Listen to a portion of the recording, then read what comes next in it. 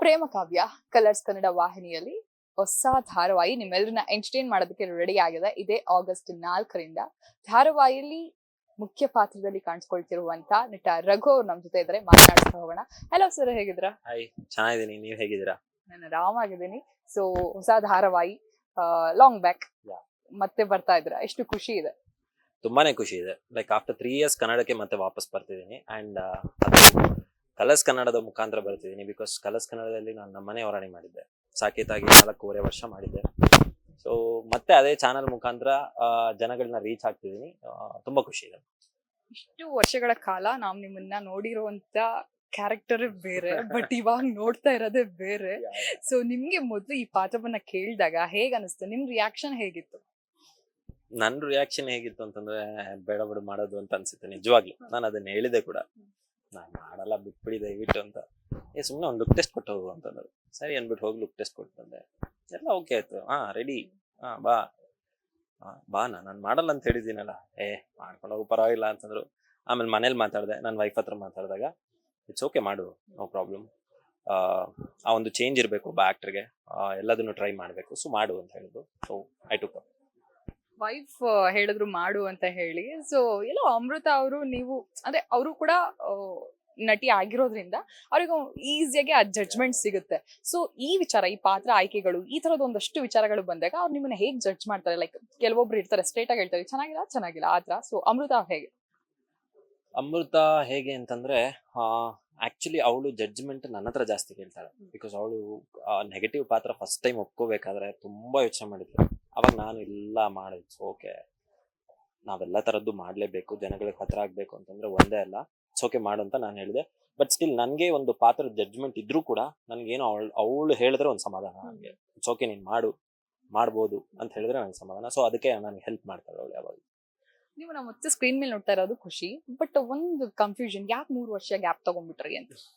ಇಲ್ಲ, ಆ ಟೈಮಲ್ಲಿ ನಾನು ತೆಲುಗು ಸೀರಿಯಲ್ ಒಪ್ಕೊಂಡೆ. ಲೈಕ್ ನಮ್ಮನೆ ರಾಣಿ ಮುಗ್ದಿದ ತಕ್ಷಣ ನನಗೆ ತೆಲುಗಿಂದ ಆಫರ್ ಬಂತು. ಸೊ ಅಲ್ಲಿ ಹೋಗ್ಬೇಕಾಯ್ತು. ಅಂಡ್ ಮಧ್ಯದಲ್ಲಿ ಕೆಲವೊಂದು ಆಫರ್ಸ್ ಬಂದ್ರು, ನನಗೆ ಡೇಟ್ಸ್ ಮ್ಯಾನೇಜು ಇದೆಲ್ಲ ಆಗ್ಲಿಲ್ಲ. ಸೊ ಕಾರಣಾಂತರಗಳಿಂದ ಅದಾಗ್ಲಿಲ್ಲ. ಬಟ್ ಇದು ಎಲ್ಲದಕ್ಕೂ ನನಗೆ ಅನುಕೂಲವಾಗಿ ಬಂತು. ಸೊ ಮಾಡೋದಕ್ಕೆ ಒಪ್ಕೊಂಡೆ. ಈಗಾಗಲೇ ಪ್ರೋಮೋ ರಿಲೀಸ್ ಆಗಿದೆ, ಎಲ್ಲರೂ ಕೂಡ ಮೆಚ್ಕೋತಾ ಇದ್ದಾರೆ. ಆ ಆಕ್ಷನ್ಸ್ ಇರ್ಬೋದು ಅಂಡ್ ನಿಮ್ಮ ಪರ್ಸನಾಲಿಟಿ ಎಲ್ಲರೂ ಕೂಡ ಮ್ಯಾಚ್ ಆಗ್ತಾ ಇದೆ, ಹೇಳ್ ಮಾಡಿಸಿದಂಗಿದೆ. ಸೊ ನಿಮ್ಗೆ ಬಂದಿರುವಂತ ರೆಸ್ಪಾನ್ಸ್, ಲೈಕ್ ನಿಮ್ ಫ್ಯಾನ್ಸ್ ಕಡೆಯಿಂದ, ಸೋಷಿಯಲ್ ಮೀಡಿಯಾದಲ್ಲಿ ಆಬ್ವಿಯಸ್ಲಿ ನೋಡಿರ್ತೀರಾ, ಸೊ ಹೇಗಿದೆ? ಎಲ್ಲರೂ ಪಾಸಿಟಿವ್ ಆಗಿ ಹೇಳಿದ್ದಾರೆ. ಎಲ್ಲರಿಗೂ ತುಂಬಾ ಖುಷಿ ಇದೆ. ಅಂಡ್ ಬಿಕಾಸ್ ಈ ತರ ರಘುನ ಅವರು ನೋಡಿಲ್ಲ. Because Rangegowda was the last serial, because ಅಲ್ಲಿ ಮಾಸು. ಸೊ ಅದಾದ್ಮೇಲೆ ಆಫ್ಟರ್ 10 years ಇದು ಮಾಸು. ಸೊ ತುಂಬಾ ಖುಷಿ ಆಗುತ್ತೆ. ತುಂಬಾ ಜನ ಮೆಸೇಜಸ್ ಮಾಡ್ತಿದ್ದಾರೆ, ತುಂಬಾ ಚೆನ್ನಾಗಿ ಬಂದಿದೆ, ಸಿನಿಮಾ ತರ ಇದೆ ಪ್ರೋಮೋ, ಆಲ್ ದಿ ಬೆಸ್ಟ್, ಒಳ್ಳೇದಾಗ್ಲಿ ಅಂತ. ಸೊ ತುಂಬಾ ಖುಷಿ ಆಗುತ್ತೆ. ಇಷ್ಟು ರಗ್ಗಡ್ ಅಂಡ್ ಮಾಸ್ ಆಗಿದ್ದೀರಾ. ಸೊ ಈ ಲವ್ ಇದೆಲ್ಬೂ ಬಂದಾಗ ಹೇಗಾಗುತ್ತೆ ಅನ್ನುವಂತ ಒಂದು ಆಬ್ವಿಯಸ್ಲಿ ಆ ಕನ್ಫ್ಯೂಷನ್ಸ್ ಅಂತೂ ಇದ್ದೇ ಇರುತ್ತೆ. ಸೊ ನೀವ್ ಕೇಳಿರೋ ಪ್ರಕಾರ ಕತೆ ಹೇಗ್ ಹೋಗ್ಬೋದು ಅಂಡ್ ವೀಕ್ಷಕರಿಗೆ ಅದ್ ಹೇಗ್ ಇಷ್ಟ ಆಗುತ್ತೆ ಅನ್ನುವಂಥದ್ದು? ಫಸ್ಟ್ ಫ್ಯೂ ಎಪಿಸೋಡ್ಸ್ ಅಂತೂ ಕ್ಯಾಟ್ ಅಂಡ್ ಮೌಸ್ ಆಗಿರ್ತೀವಿ. ಲೈಕ್ ಒಬ್ರು ಕಂಡ್ರೆ ಒಬ್ರು ಆಗಲ್ಲ, ಜಗಳ, ನಮ್ಮಿಬ್ರು ಮಧ್ಯೆ ಯಾವಾಗ್ಲೂ ಆರ್ಗ್ಯುಮೆಂಟ್ಸ್ ಬರೀ ಇದೇ ಇರುತ್ತೆ. ಬಟ್ ಹೋಗ್ತಾ ಹೋಗ್ತಾ ಒನ್ ಪಾಯಿಂಟ್ ಆಫ್ ಟೈಮ್ ಆದ್ಮೇಲೆ ಇಬ್ರಲ್ಲೂ ಒಂದು ಪ್ರೀತಿ ಹುಟ್ಟುತ್ತೆ. ಬಟ್ ಅದು ಯಾವಾಗ ಅನ್ನೋದು ಗೊತ್ತಿಲ್ಲ ಮೇಡಮ್ ನನಗೂ. ಏನು ನಾವು ನೋಡಿದಾಗೆ ಒಳ್ಳೆ ಔಟ್ಪುಟ್ ಅಂತೂ ಬಂದಿರುತ್ತೆ ಅನ್ನುವಂತ ಕಾನ್ಫಿಡೆನ್ಸ್ ಡೈರೆಕ್ಟರ್ ಕೂಡ ಅಷ್ಟೇ ಕಾನ್ಫಿಡೆನ್ಸ್ ಇಂದ ಹೇಳ್ತಾ ಇದ್ರು. ಏನು ನೀವು ಆಕ್ಟ್ ಮಾಡಿರೋದ್ರಿಂದ ನಿಮ್ಗೆ ಕತೆ ಕೇಳಿದಾಗ ಬೇರೆ ಒಂದು ಇದಿರುತ್ತೆ, ಬಟ್ ಅದ್ರಲ್ಲಿ ನೀವು ಆಕ್ಟ್ ಮಾಡಿದಾಗ, ಪಾತ್ರ ನಿಭಾಯಿಸಿದಾಗ ನಿಮ್ಗೆ ಒಂದು ಬೇರೆನೆ ಇಮೇಜ್ ಸಿಗುತ್ತೆ. ಸೊ ನೀವ್ ಕಂಡ್ಕೊಂಡಂತ ಡಿಫ್ರೆನ್ಸ್ ಏನು ಅದ್ರಲ್ಲಿ ಅಂತ? ಆಕ್ಚುಲಿ ನನಗೆ ಸ್ಪೆಸಿಫಿಕ್ ಆಗಿ ಹೇಳ್ಬೇಕಂದ್ರೆ ಈ ಸೀರಿಯಲ್ ಅಲ್ಲಿ ನನಗೆ ಆ ತರ ಡಿಫ್ರೆನ್ಸ್ ಕಾಣಿಸಿಲ್ಲ. ಬಿಕಾಸ್ ಪ್ರೊಡಕ್ಷನ್ ವ್ಯಾಲ್ಯೂಸ್ ತುಂಬಾ ಚೆನ್ನಾಗಿದೆ. ಎಲ್ಲೂ ಕಾಂಪ್ರಮೈಸ್ ಆಗದೆ ಯಾವ ಪಾತ್ರನ ಹೆಂಗ್ ತೋರಿಸ್ಬೇಕು, ಅದು ಎಷ್ಟು ಡಿಲೇ ಆದ್ರೂ ಪರವಾಗಿಲ್ಲ, ಹಂಗೆ ತೋರಿಸ್ಬೇಕು. ಟೆಕ್ನಿಕಲಿ ಬ್ರಿಲಿಯಂಟ್ ಆಗಿ ಮಾಡಿದ್ದಾರೆ. ಸೊ ಆ ಪ್ರೊಡ್ಯೂಸರ್ಗೆ ಹ್ಯಾಟ್ಸ್ ಆಫ್ ಹೇಳ್ಬೇಕು. ಬಿಕಾಸ್ ಸೀರಿಯಲ್ಗೆ ಇಷ್ಟು ರಿಸ್ಕ್ ತಗೊಂಡು, ಇಷ್ಟೆಲ್ಲ ಖರ್ಚು ಮಾಡಿ, ಇಷ್ಟು ಟೈಮ್ ತಗೊಂಡು ಮಾಡೋದು ತುಂಬಾ ಕಮ್ಮಿ. ಮಾಡ್ತಾರೆ, ಮಾಡಲ್ಲ ಅನ್ನೋದು ತುಂಬಾ ಕಡಿಮೆ. ಸೊ ಆ ಸಾಲಿಗೆ ನಮ್ಮ ಪ್ರೊಡ್ಯೂಸರು ಸೇರ್ತಾರೆ. ಸೊ ನನಗೆ ಪಾತ್ರನ ಹೆಂಗ್ ಹೇಳಿದ್ರು ಅದನ್ನ ಹಂಗೆ ಲೈಕ್ ತೋರಿಸ್ತಾ ಇದ್ದಾರೆ. ಲೈಕ್ ಟೆಕ್ನಿಕಲಿ ಆಗಿರ್ಬೋದು, ಕಥೆಯಲ್ಲಿ ಆಗಿರ್ಬೋದು, ಡೈಲಾಗ್ಸ್ ಅಲ್ಲಿ ಆಗಿರ್ಬೋದು, ಹಂಗೆ ತೋರಿಸ್ತಾರೆ. ಸೊ ನನಗೆ ತುಂಬಾ ಖುಷಿ ಇದೆ. ಏನು ಸರ್, ಈಗಾಗಲೇ ನಾವು ಸಾಕಷ್ಟು ಧಾರಾವಾಹಿಗಳನ್ನ ನೋಡಿರ್ತೀವಿ. ಎಲ್ಲರೂ ಸ್ಟಾರ್ಟಿಂಗ್ ಅಲ್ಲಿ ಯಾವ ಮುಗಿಸಿ ತರನೇ ಇರ್ತಾರೆ, ಹೋಗ್ತಾ ಹೋಗ್ತಾ ಅದೊಂದು ಲವ್ ಟ್ರ್ಯಾಕ್ ಎಲ್ಲ ಕೂಡ ಚೇಂಜ್ ಆಗ್ತಾ ಹೋಗುತ್ತೆ ಕತೆಗೆ ತಕ್ಕಂಗೆ. ಸೊ ಅಂತದ್ನ ನಾವಿಲ್ಲಿ ಡಿಫ್ರೆಂಟ್ ಆಗಿ ಏನನ್ನ ಎಕ್ಸ್ಪೆಕ್ಟ್ ಮಾಡ್ಬೋದು ಅನ್ನುವಂಥದ್ದು? ಡಿಫ್ರೆಂಟ್ ಆಗಿ ತುಂಬಾ ಎಕ್ಸ್ಪೆಕ್ಟ್ ಮಾಡ್ಬೋದು ಮೇಡಮ್, ಬಿಕಾಸ್ ಇಲ್ಲಿ ಟ್ವಿಸ್ಟ್ ಅಂಡ್ ಟರ್ನ್ಸ್ ತುಂಬಾ ಇದೆ. ಬಿಕಾಸ್ ನಮ್ಮ ಡೈರೆಕ್ಟರ್ ಹೇಳ್ದಂಗೆ ಇಲ್ಲಿ ಸ್ಪೆಸಿಫಿಕ್ ಆಗಿ ಒಬ್ರು ಒನ್ ಪರ್ಟಿಕ್ಯುಲರ್ ವಿಲನ್ ಅಂತ ಇಲ್ಲ. Situation is the villain here. So ಆ ಸಿಚುಯೇಷನ್ ಯಾರನ್ನ ವಿಲನ್ ಮಾಡುತ್ತೆ, ಯಾರನ್ನ ನೆಗೆಟಿವ್ ಆಗಿ ಮಾಡುತ್ತೆ ಅನ್ನೋದೇ ಒಂದು ಕತೆ. ಅದನ್ನ ನಾನು ಬಿಟ್ಕೊಡಕ್ಕಾಗಲ್ಲ. ಬಿಟ್ಕೊಡಲ್ಲ.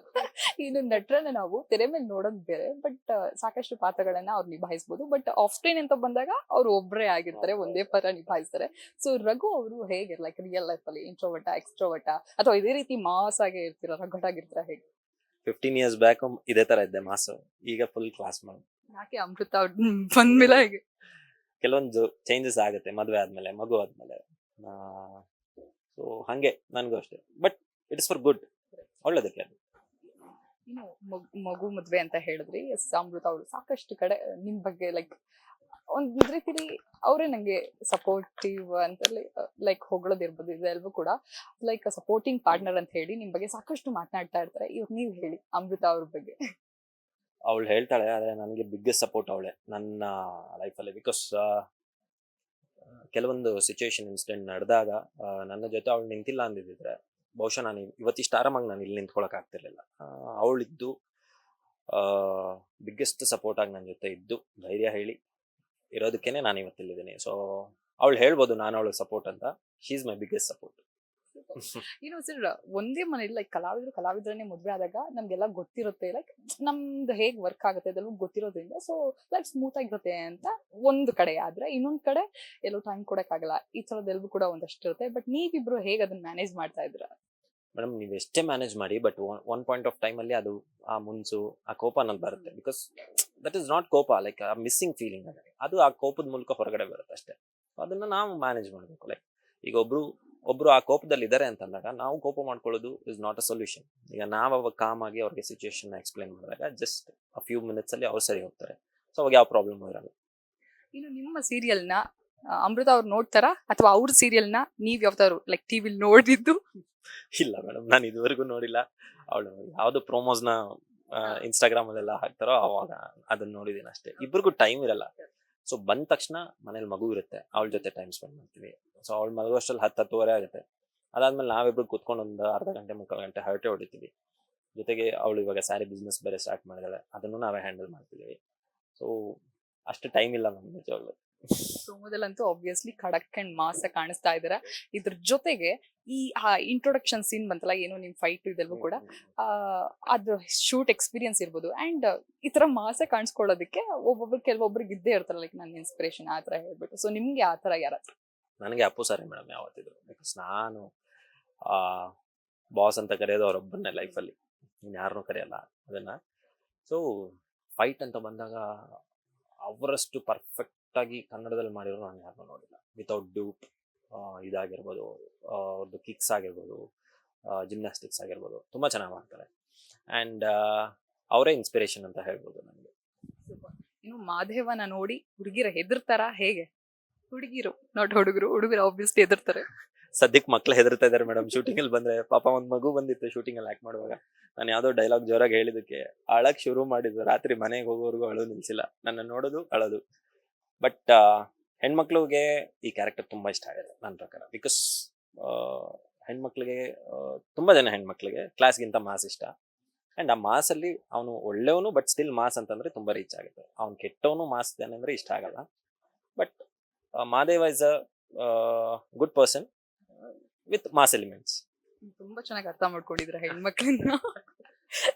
ಇದ್ರ ಜೊತೆಗೆ ಇದೇ August 4th ಇಂದ ಲೈಕ್ ಎಲ್ರು ಮನೆ ತಲುಪ್ತಾ ಇದ್ರ ಆಫ್ಟರ್ ಲಾಂಗ್ ಗ್ಯಾಪ್, ಅಂದ್ರೆ 3 ವರ್ಷದ ನಂತರ ಎಷ್ಟು ಎಕ್ಸೈಟ್ ಆಗಿದ್ರ? ಅಂಡ್ ನಮ್ಮ ವೀಕ್ಷಕರಿಗೆ ಏನ್ ಹೇಳ್ತೀರಾ ಅಂತ? ತುಂಬಾ ಅಂದ್ರೆ ತುಂಬಾ ಎಕ್ಸೈಟ್ಮೆಂಟ್ ಇದೆ. ಯಾಕಂದ್ರೆ ಒಂದು ಸೀರಿಯಲ್ ಅನ್ನೋದಕ್ಕಿಂತ ಇದು ಒಂದು ಸಿನಿಮ್ಯಾಟಿಕ್ ವೇ ಅಲ್ಲೇ ಶೂಟ್ ಮಾಡಿದೀವಿ. Especially first time episodes cinematic way ಅಲ್ಲೇ ಇದೆ. ಸೊ ನಾನು ಹೇಗೆ ಸ್ಕ್ರೀನ್ ಮೇಲೆ ಕಾಣ್ತೀನಿ ವಿತ್ ಮ್ಯೂಸಿಕ್ ಅದು ಇದೆಲ್ಲ ಹೆಂಗ್ ಬರುತ್ತೆ ಅನ್ನೋದು ನನಗೆ ತುಂಬಾನೇ ಎಕ್ಸೈಟ್ಮೆಂಟ್ ಇದೆ. ಅಂಡ್ ನಮ್ಮ ಆಡಿಯನ್ಸ್ ನನ್ನ ಹೇಗೆ ರಿಸೀವ್ ಮಾಡ್ತಾರೆ ಅನ್ನೋದು ಇದೆ. ಸೊ ಆಡಿಯನ್ಸ್ಗೆ ನಾನು ಹೇಳೋದಿಷ್ಟೇ, ತುಂಬಾ ಪ್ರೀತಿ ಕೊಟ್ಟಿದ್ದೀರಾ, ಆಲ್ರೆಡಿ ಸಾಕಷ್ಟು ಪ್ರೀತಿ ಕೊಟ್ಟಿದ್ದೀರಾ, ಈಗಲೂ ಕೊಡ್ತಾನೆ ಇದ್ದೀರಾ. ಇನ್ ಮುಂದೆನೂ ಈ ಪ್ರೇಮ ಕಾವ್ಯ ಸೀರಿಯಲ್ ಮೂಲಕ ಬರ್ತಿದ್ದೀನಿ. ಇನ್ನಷ್ಟು ಪ್ರೀತಿ ಕೊಡಿ, ಇನ್ನಷ್ಟು ಸಪೋರ್ಟ್ ಮಾಡಿ. Thank you so much sir, and all the best ನಿಮಗೆ. Thank you. ಸೊ ನೋಡಿದ್ರಲ್ಲ, ಇದಿಷ್ಟು ನಟ ರಘು ಅವರ ಮಾತಾಗಿತ್ತು. ಕ್ಯಾಮ್ರಾ ಪರ್ಸನ್ ತೇಜಸ್ ಜೊತೆ ಕಾವ್ಯ, ವಿಜಯ ಕರ್ನಾಟಕ ವೆಬ್.